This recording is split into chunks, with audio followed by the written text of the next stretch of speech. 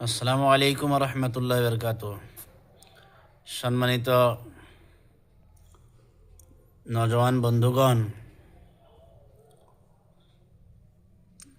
একটা মানুষ যত গুনাহ করে, গুনাহ তিনটা কারণে মানুষেরা গুনাহ করে।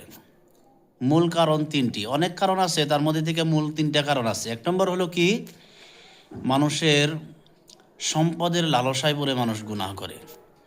দুই নম্বর কারণ হলো মানুষ ক্ষমতার লোভে গুনাহ করে। তিন নম্বর কারণ হলো খাহিসাতে নফসানির খাতিরে মানুষ গুনাহ করে।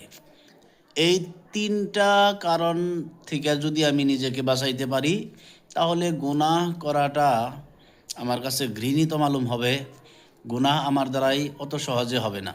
এই জন্যে কুরাইশে মক্কাও কিন্তু আল্লাহ নবী সাল্লাল্লাহু আলাইহি সাল্লামের কাছে এই তিনটা প্রস্তাবই দিয়েছিলেন।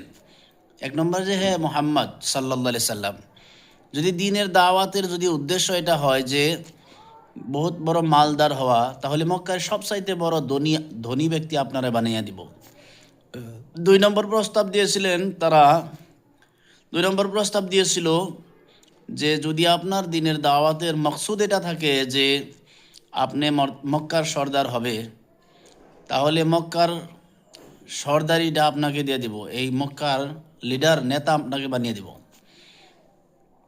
তিন নম্বর প্রস্তাব ওনারা জানিয়েছিল যে, হে মুহাম্মদ সাল্লাল্লাহু আলাইহি সাল্লাম, আপনাকে এই মক্কার জমিনের সবচাইতে বড় সুন্দরী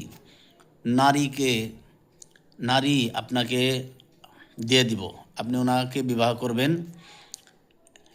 কিন্তু রাসূল করিম সাল্লাল্লাহু আলাইহি ওয়াসাল্লাম তিনোটা প্রস্তাবই প্রত্যাখ্যান করেছেন, গ্রহণ করেন নাই।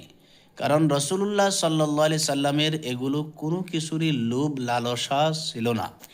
রাসূলুল্লাহ সাল্লাল্লাহু আলাইহি সাল্লাম দ্বীনের দাওয়াত দিয়েছেন আল্লাহকে রাজি করার জন্য, উম্মতকে দ্বীন বোঝানোর জন্য, কীভাবে উম্মত জাহান্নামে থেকে বাঁচে, জান্নাতি হয়, এই একটা উদ্দেশ্য নিয়ে নবী করিম সাল্লাল্লাহু আলাইহি সাল্লাম দ্বীনের দাওয়াত দিয়েছিলেন। আমরাও এই বিশেষ তিনটা কারণেই গুনাহটা বেশি করি। সম্পত্তির লোভে পড়ে, বেশি সম্পত্তির লোভে পড়লে হারাম হালাল এগুলো আমরা লক্ষ্য করি না। মাল হইলেই হয়, মাল আমি উপার্জন করতে পারলেই হয়েছে।